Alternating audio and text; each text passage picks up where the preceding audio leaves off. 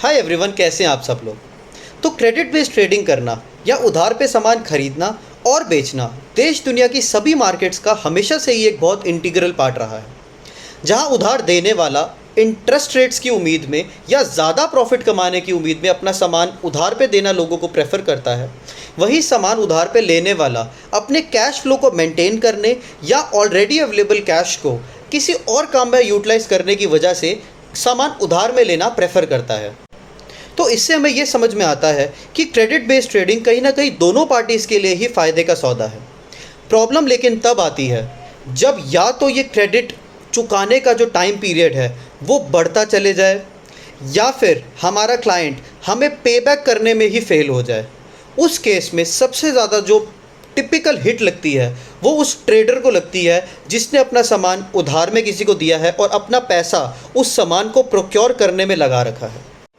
Covid के समय में तो इस सिचुएशन को हमने बहुत ही प्रोमिनेंटली देखा, जहां पे ट्रेडर्स ने सिर्फ मार्केट में सरवाइव करने के लिए बहुत ही लंबे क्रेडिट लिमिट के साथ अपने सामान को क्लाइंट्स को बेचा और क्लाइंट्स ने उस क्रेडिट लिमिट को भी पार करते हुए अपना उधार काफ़ी टाइम के बाद चुकाया, जिसकी वजह से जो हमारे ट्रेडर्स थे उनको बहुत ही ह्यूज लॉसेस का सामना करना पड़ा और उनका पैसा मार्केट में होते हुए भी उनके पास नहीं था। तो क्या कोई ऐसा तरीका है जिसकी वजह से ट्रेडर्स इस क्रेडिट लिमिट वाली सिचुएशन को बिल्कुल ही अवॉइड कर दें, उनको उनके माल का पैसा साथ ही साथ अपने वेंडर से अपने क्लाइंट से मिल जाए? क्या ऐसा कोई तरीका है? जी बिल्कुल, इसी तरीके को हम कहते हैं ब्लू ओशन स्ट्रैटेजी। सो ब्लू ओशन स्ट्रैटेजी ये सजेस्ट करती है कि एक ऐसी मार्केट जहाँ सब लोग एक ही तरीके का काम कर रहे हैं, उसी मार्केट में आप भी उसी तरीके का काम करें, लेकिन एक ऐसी इनोवेशन के साथ जो कि बाकी कोई भी और ना कर रहा हो। चलिए एक एग्जाम्पल के साथ समझते हैं। चलिए तो पहले तो बात करते हैं मैन्युफैक्चरिंग इंडस्ट्री की, जहाँ पर आयरन या लोहा बहुत ही वाइड वैरायटी में और बहुत ही ज़्यादा यूज़ किया जाता है। लोहे के जो ट्रेडर्स होते हैं वो या तो अपने पास जो रॉ मटेरियल होता है उसको शीट्स की फॉर्म में रखते हैं या तो सरिये के या पाइप्स की फॉर्म्स में रखते हैं।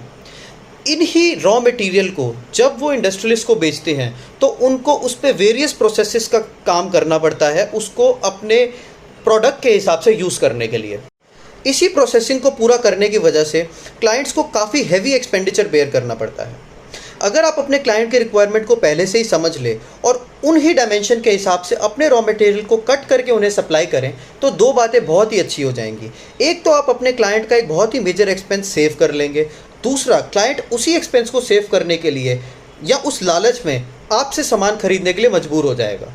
इसी मजबूरी का थोड़ा सा फ़ायदा लेते हुए आप अपनी क्रेडिट टर्म्स को या क्रेडिट लिमिट को अपने हिसाब से मैनिपुलेट कर सकते हैं।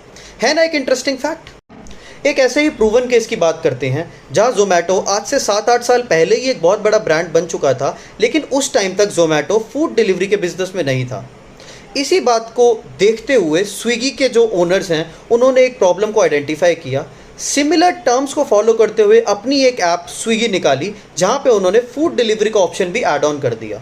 यहाँ पे उन्होंने ब्लू ओशन स्ट्रैटेजी का एक बहुत ही अच्छे तरीके से यूटिलाइजेशन किया और आज आप देख ही रहे हैं कि स्विगी किस ऊंचाइयों को छू रहा है। अगर आप ऐसी और भी इंटरेस्टिंग बिजनेस स्ट्रैटेजीज के बारे में जानना चाहते हैं so write it in the comment section and I will create the videos on a similar line. अगर इस वीडियो ने आपका थोड़ा सा भी वैल्यू एडिशन किया है so do give it a like and share. Thank you so much.